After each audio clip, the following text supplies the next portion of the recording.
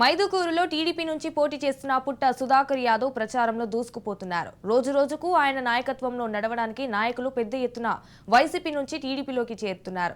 2 సార్లు ఓడిపోయినా ప్రజల మధ్యనే ఉంటూ సేవ చేసిన తనకు ఒక అవకాశం కల్పించాలంటూ సుధాకర్ యాదవ్ చేస్తున్న ప్రచారానికి విశేష స్పందన లభిస్తోంది.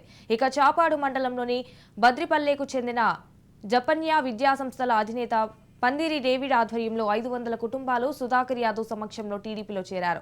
పేదరికం నుంచి ఈ స్థాయికి వచ్చిన తాను పుట్టిన గడ్డకు మేలు చేయాలన్న ఉద్దేశంతోనే రాజకీయాల్లో వచ్చానని పందిరి డేవిడ్ అన్నారు. టీడీపీకి సేవ చేస్తున్న సుధాకర్ యాదవ్కు అన్ని విధాలుగా అండగా ఉంటానని, మైదుకూరు నియోజకవర్గ అభివృద్ధికి కలిసికట్టుగా పనిచేస్తామని హామీ ఇచ్చారు.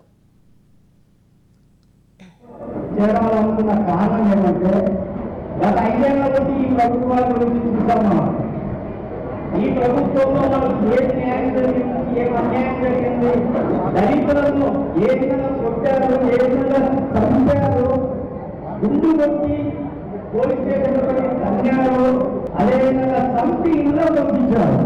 ఏ దళితులంటే దళితులలో ఒకరు ఏమనుకున్నారా? దళితులంటే అంత అభిమానులు అనుకున్నారా? దళితులు కూడా ఎందుకు తిరుగుతుంటే ఆ ప్రభుత్వం అంతా చాలా తప్పదు. తెలుగుదేశం పార్టీలో చేరాలనుకున్న కారణం ఏమంటే